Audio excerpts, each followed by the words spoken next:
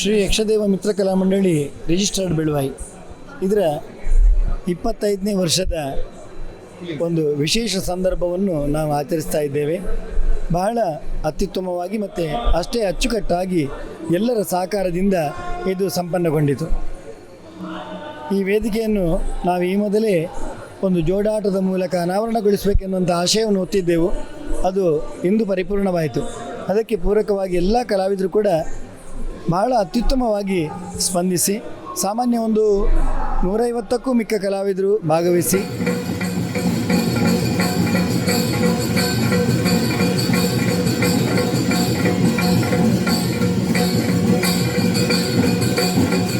ಸಾಮಾನ್ಯವಾಗಿ ಒಂದು 5,000ರಿಂದ 6,000 ಜನ ಸೇರಿ ಬಹಳ ಯಶಸ್ವಿಯಾದಂಥ ಕಾರ್ಯಕ್ರಮ ಇದು ಸಂಪನ್ನಗೊಂಡಿತು ಅಂತ ಹೇಳಲಿಕ್ಕೆ, ಈ ಸಂಸ್ಥೆಯನ್ನು 25 ವರ್ಷದಿಂದ ಕಟ್ಟಿ ಬೇರೆ ಬೇರೆ ಯಕ್ಷಗಾನದ ಬೇರೆ ಬೇರೆ ಆಯಾಮಗಳಿಂದ ಕಾರ್ಯಕ್ರಮವನ್ನು ಆಯೋಜಿಸ್ತಾ ಬಂದು 25ನೇ ವರ್ಷದ ಈ ಸಂಭ್ರಮವನ್ನು, ಈ ಸಡಗರವನ್ನು ನಮಗೆ ಜೋಡಾಟದ ಮೂಲಕ ಒಂದು ಎಲ್ಲ ಕಲಾವಿದರಿಗೆ ಅವಕಾಶ ಕೊಟ್ಟು ನಮ್ಮವರನ್ನೆಲ್ಲ ಬರಮಾಡಿಸಿಕೊಂಡು ಈ ವೇದಿಕೆಯಲ್ಲಿ ಅನೇಕ ಹಿರಿಯ ಸಾಧಕರನ್ನು ಕಲಾವಿದರನ್ನು ನಾವು ಸನ್ಮಾನಿಸಬೇಕೆನ್ನುವಂಥ ಆಶಯವನ್ನು ಹೊತ್ತಾಗ ಎಲ್ಲರೂ ಅದಕ್ಕೆ ಪೂರಕವಾಗಿ ಸ್ಪಂದಿಸಿ ಈ ಕಾರ್ಯಕ್ರಮ ಉತ್ತಮವಾಗಿ ಯಶಸ್ವಿಗೊಂಡಿತು ಅಂತ ಹೇಳಲಿಕ್ಕೆ ಮತ್ತೊಮ್ಮೆ ಸಂತೋಷ ಪಡ್ತಾ ಇದ್ದೇನೆ.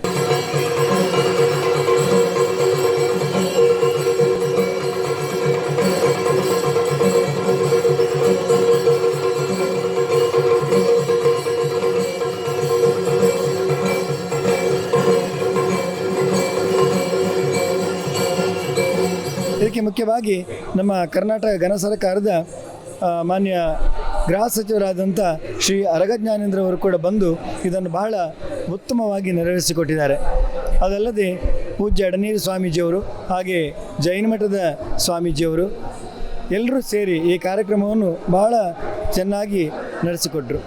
ಅದಲ್ಲದೆ ಈ ವೇದಿಕೆಯಲ್ಲಿ ನಾವು ನಮ್ಮ ಸಂಸ್ಥೆಯ ಗೌರವಾಧ್ಯಕ್ಷರಾದಂಥ ಶ್ರೀಪತಿ ಭಟ್ರವರನ್ನು ಧಾರ್ಮಿಕ ಕ್ಷೇತ್ರದಿಂದ ಸನ್ಮಾನಿಸಿದೆವು. ಹಾಗೆಯೇ ಶೈಕ್ಷಣಿಕ ಕ್ಷೇತ್ರ, ಕ್ರೀಡಾ ಕ್ಷೇತ್ರ, ಸಾಂಸ್ಕೃತಿಕ ಕ್ಷೇತ್ರದ ರೂವಾರಿಯಾದಂಥ ಮೂಡುಬಿದ್ರೆಯ ಆಳ್ವಾಸಿ ಶಿಕ್ಷಣ ಪ್ರತಿಷ್ಠಾನದ ಡಾಕ್ಟರ್ ಮೋಹನ್ ಆಳ್ವಾರವರನ್ನು ಕೂಡ ನಾವು ಬಹಳ ಆತ್ಮೀಯತೆಯಿಂದ ಬರಮಾಡಿಸಿಕೊಂಡು ನಮಗೆಲ್ಲ ವ್ಯವಸ್ಥೆಯನ್ನು ಮಾಡಿಕೊಟ್ಟಂಥ ಮೋಹನ್ ಆಳ್ವರನ್ನು ಈ ಸಂದರ್ಭದಲ್ಲಿ ನಾವು ಸನ್ಮಾನಿಸಿದೆವು. ಜೊತೆಗೆ ಹಿರಿಯರಾದಂಥ ಯಕ್ಷಗಾನ ವಿದ್ವಾಂಸರಾದಂಥ ವಿಮರ್ಶಕರಾದಂಥ ಡಾಕ್ಟರ್ ಪ್ರಭಾಕರ್ ಜೋಶಿ ಅವರನ್ನು ಕೂಡ ನಾವು ಈ ವೇದಿಕೆಯಿಂದ ಸನ್ಮಾನಿಸಿದ್ದೇವೆ. ಅಲ್ಲದೆ ಹಿರಿಯ ಮೊದಲೆಗಾರರಾದಂಥ ಮಧ್ಯಾಹ್ನ ಶಂಕರಣ್ಣ ಭಟ್ರು, ಹಾಗೆಯೇ ಯಕ್ಷಗಾನದ ಒಬ್ಬ ಹಿರಿಯ ಭೀಷ್ಮ ಅಂತಲೇ ಹೇಳಬೇಕು ಅಂತ ಶ್ರೀ ಕೆ ಗೋವಿಂದ ಭಟ್ ಅವರನ್ನು ಕೂಡ ಸನ್ಮಾನಿಸಿದೆವು. ಅಲ್ಲದೆ ಈ ಸಂದರ್ಭದಲ್ಲಿ ನಾವು ಯಕ್ಷಗಾನದ ಒಂದು ಪ್ರಸಂಗವನ್ನು ಕೂಡ ಬಿಡುಗಡೆಗೊಳಿಸಿದ್ದೇವೆ. ಶ್ರೀಕೃಷ್ಣ ದೇವರಾಯ ಎನ್ನುವಂಥ ಒಂದು ಯಕ್ಷಗಾನ ಪ್ರಸಂಗವನ್ನು ಕೂಡ ಮಾನ್ಯ ಯಕ್ಷಗಾನ ಕ್ಷೇತ್ರದ ಹಿರಿಯ ಕಲಾವಿದರಾದಂಥ ಕೆ ರಮೇಶ್ ಆಚಾರ್ಯರವರು ಅದನ್ನು ಬರೆದು ನಮ್ಮ ಸಂಸ್ಥೆ ಎಂದು ಅರಗಜ್ಞಾನೇಂದ್ರ ಅವರ ಕೈಯಿಂದ ಬಿಡುಗಡೆಗೊಳಿಸುವಂತಾಯಿತು. ಇಂತಹ ಒಂದು ಸಂದರ್ಭಕ್ಕಾಗಿ ನಾವೆಲ್ಲರೂ ಹಾತೊರೀತಾ ಇದ್ದೆವು. ಅದು ಬಹಳ ಉತ್ತಮ ರೀತಿಯಲ್ಲಿ ಸಂಪನ್ನಗೊಂಡಿದೆ ಅಂತ ಹೇಳಲಿಕ್ಕೆ ಬಹಳ ಸಂತೋಷಗೊಳ್ತಾ ಇದ್ದೇನೆ.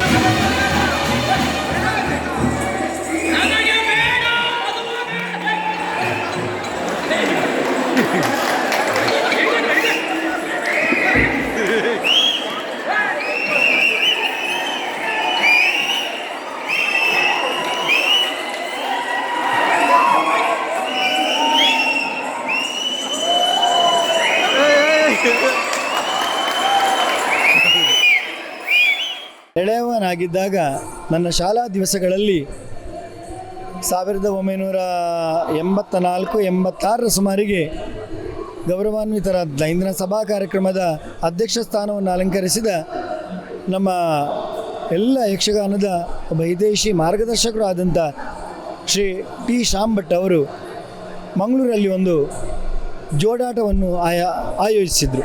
ಆ ಜೋಡಾಟಕ್ಕೆ ನಾನು ಹೋಗಿದ್ದೆ. ಆಗಲೇ ನಾನು ಸಂಕಲ್ಪ ಮಾಡಿದ್ದೆ, ನನ್ನ ಜೀವನದಲ್ಲಿ ಒಂದಲ್ಲ ಒಂದು ದಿವಸ ಇದೇ ರೀತಿಯ ಒಂದು ಜೋಡಾಟವನ್ನು ಭಾಳ ವಿಜೃಂಭಣೆಯಿಂದ ಆಚರಿಸಬೇಕೆನ್ನುವಂಥ ಆಶಯವನ್ನು ಹೊತ್ತು, ಅದು ಸಾಮಾನ್ಯ ಒಂದು 45 ವರ್ಷಕ್ಕೆ ಹಿಂದೆ, ನನಗೀಗ 52 ವರ್ಷ, 42 ವರ್ಷಗಳ ಹಿಂದೆ ಆ ಸಂಕಲ್ಪ ಇಂದು ಸಾಕಾರಗೊಂಡಿತು ಅಂತ ಹೇಳಿಕೆ ಮತ್ತೊಮ್ಮೆ ಸಂತೋಷ ಪಡ್ತಾ ಇದ್ದೇನೆ.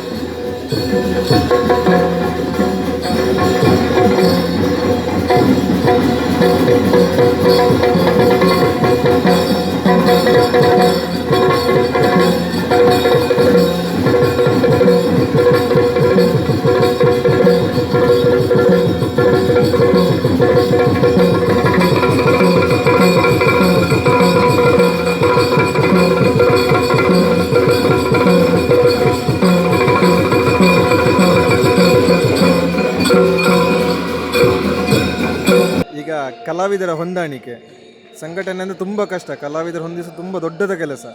ಇಷ್ಟು 105 ಜನ ಕಲಾವಿದರು ನಿಮ್ಗೆ ಹೇಗೆ ಲೀಸ್ಟ್ ಮಾಡಿದಿರಿ ಅವರ ಇಂತೆಂಥ ಪಾತ್ರಕ್ಕೆ ಇವರೇ ಬೇಕು ಅಂತ? ಯಕ್ಷಗಾನ ಕಲಾವಲಯದಲ್ಲಿ ನಾನೊಬ್ಬ ಕಲಾವಿದನಾಗಿ ಸಾಮಾನ್ಯ ಯಾವ ಕಲಾವಿದರು ಪಾತ್ರವನ್ನು ಎಲ್ಲೆಲ್ಲಿ ಹಾಗೆ ನಿರ್ವಹಿಸಿದರೆ ಚೆನ್ನಾಗಿ ಬಂದಿತು, ಒಳ್ಳೆಯ ಒಂದು ರಿಸಲ್ಟ್ ಬರಬೇಕು.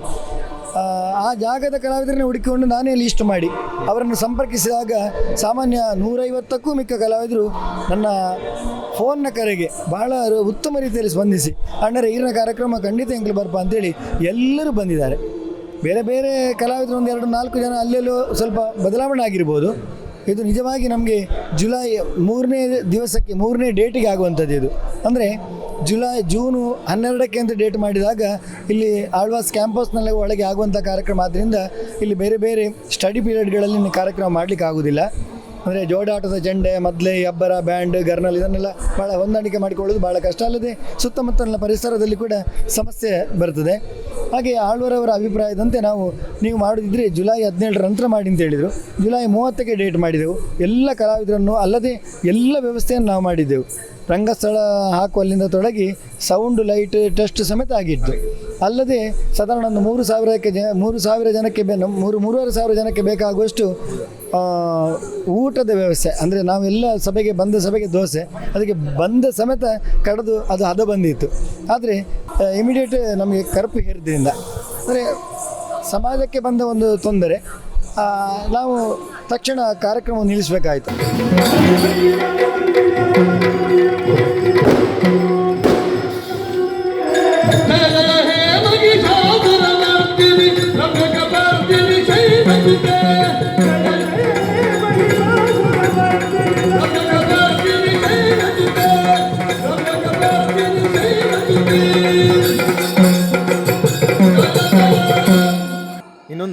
ಒಂದು ಹೊಸ ರೀತಿಯ ಪರಿಕಲ್ಪನೆ ಅಂತ ನಾನು ನೋಡಿದ ಪ್ರಕಾರ.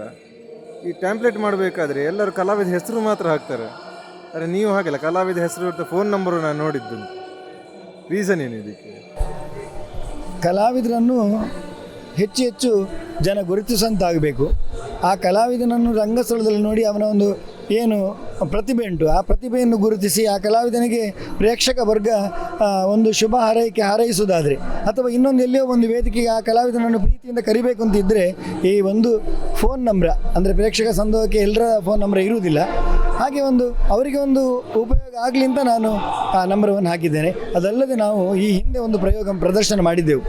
ಕಟೀಲಿನ 6 ಮೇಳವನ್ನು 6 ದಿವಸದಲ್ಲಿ ತರಿಸಿ 6 ಮೇಳವನ್ನು ಕೂಡ ಮಳೆಗಾಲದಲ್ಲಿ ಮೇಳ ಒಳಗಾದ ನಂತರ ಅದೇ 6 ಮೇಳದ ಕಲಾವಿದರನ್ನು ತರಿಸಿ ಯಕ್ಷಾಂಬಾರಾಧನಂ ಎನ್ನುವಂಥ ಒಂದು ಕಾರ್ಯಕ್ರಮವನ್ನು ಮಾಡಿದ್ದೆವು 6 ದಿವಸ. ಆ ಸಮಯದಲ್ಲಿ ಕೂಡ ಕಟೀಲು ಮೇಳದ ಎಲ್ಲ ಕಲಾವಿದರ ಫೋನ್ ನಂಬರವನ್ನು ನಾನು ಆಮಂತ್ರಣ ಪತ್ರಿಕೆಯಲ್ಲಿ ಮುದ್ರಿಸಿ ಪ್ರಚಾರಪಡಿಸಿದ್ರಿಂದ ಅನೇಕರು ಆ ಆಮಂತ್ರಣ ಪತ್ರಿಕೆಯನ್ನು ಈಗಲೂ ಇಟ್ಟುಕೊಂಡಿದ್ದಾರೆ. ಹೌದು, ಅಂಥದ್ದೊಂದು ಏನೋ ಕಲಾವಿದರಿಗೆ ಒಂದು ಅಲ್ಲಿ ಏನೋ ಒಂದು ಹೆಲ್ಪ್ ಆಗ್ಬೋದು ಎನ್ನುವಂಥ ನೆಲೆಯಲ್ಲಿ ಅದನ್ನು ಮಾಡಿದ್ದೇನೆ.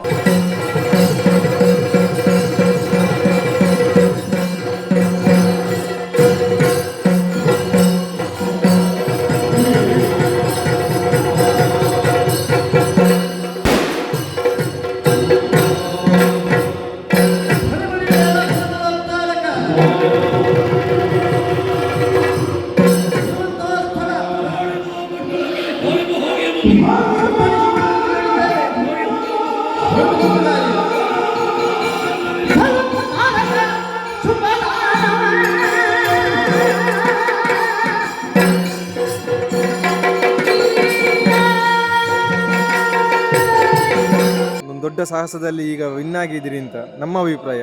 ಅಂದರೆ ಆಲ್ರೆಡಿ ಈಗ ಚಂಡಮುಂಡರ ಪ್ರವೇಶಕ್ಕೆ ಹತ್ತಿರ ಆಯಿತು. ಹೇಗೆ ಅನಿಸ್ತಾ ಇದೆ? ಭಾಳ ಸಂತೋಷ ಆಗ್ತಾ ಇದೆ. ಸಾಮಾನ್ಯ ಒಂದು 10-25 ದಿವಸಗಳಿಂದ ನಾನು ಇದರ ಹಿಂದೆ ಓಡಾಡ್ತಾ ಇದ್ದೇನೆ. ಸಮಾನ ಮನಸ್ಕರನ್ನೆಲ್ಲ ಹೊಂದಿಸಿಕೊಂಡು ಸೇರಿಸಿಕೊಂಡು ಇದರ ಹಿಂದೆ ಓಡಾಡ್ತಾ ಇದ್ದೇನೆ. ಎಲ್ಲವೂ ಅಷ್ಟೇ, ನಾವು ಮಾಡಿದಾಗ ನಮಗೆ ಸಂತೋಷ ಮನಸ್ಸಿಗೆ ಆಯಿತು, ತೃಪ್ತಿ ಆಯಿತು ಅಂತ ಆದಾಗ ಅದು ಆ ಮಾತೆಯ ಅನುಗ್ರಹ. ನಾನು ನನ್ನ ಜೀವನ ಪೂರ್ತಿ ಕಟೀಲ್ನ ಶ್ರೀದೇವಿಯನ್ನು ಆರಾಧಿಸಿಕೊಂಡು ಬಂದವ. ಏನಿದ್ರು ಕೂಡ ಆಮಂತ್ರಣ ಪತ್ರಿಕೆಯ ಮೊದಲ ಪತ್ರಿಕೆ ಅಮ್ಮನ ಆ ಪುಣ್ಯ ಸಾನ್ನಿಧ್ಯದಲ್ಲಿಟ್ಟು ಪ್ರಸಾದ ಹಾಕ್ಕೊಂಡು ಬಂದು ಮತ್ತೆಲ್ಲ ಇದು ಮಾಡುವಂಥದ್ದು, ಏನು ಬಿತ್ತರಿಸುವಂಥದ್ದು. ಜೊತೆಗೆ ನಮ್ಮ ಗ್ರಾಮ ದೇವರು ಸೋಮನಾಥೇಶ್ವರ ದೇವರು ಪುತ್ತಿಗೆ, ಅದಲ್ಲದೆ ಹನುಮಂತ ದೇವರು, ಇಲ್ಲಿ ಮಹಾಮ್ಮಾಯಿ, ಹೀಗೆ ಎಲ್ಲ ದೇವರಿಗೆ ಮೊದಲಿಗೆ ಆಮಂತ್ರಣ ಇಟ್ಟು ಮತ್ತೆ ಎಲ್ಲರಿಗೆ ಆಮಂತ್ರಣ ಹಂಚುವಂಥ ಕಾರ್ಯಕ್ರಮದಲ್ಲಿ ತೊಡಗಿಸಿಕೊಳ್ತೇನೆ. ಈ ಸಂದರ್ಭದಲ್ಲಿ ಹೇಳಲಿಕ್ಕೆ ಬಯಸುವುದೇನು ಹೇಳಿದರೆ, ಆ ಕಟೀಲಿನ ಮಹಾತಾಯಿಯ ಅನುಗ್ರಹದಿಂದ ಇದು ಈ ರೀತಿಯಾಗಿ ಎಲ್ಲರೂ ಸೇರಿ ಒಂದು ಸಂಪನ್ನಗೊಂಡಿತು ಅಂತ ಹೇಳುವಲ್ಲಿ ಭಾಳ ಸಂತೋಷಗೊಂಡಿದ್ದೇನೆ.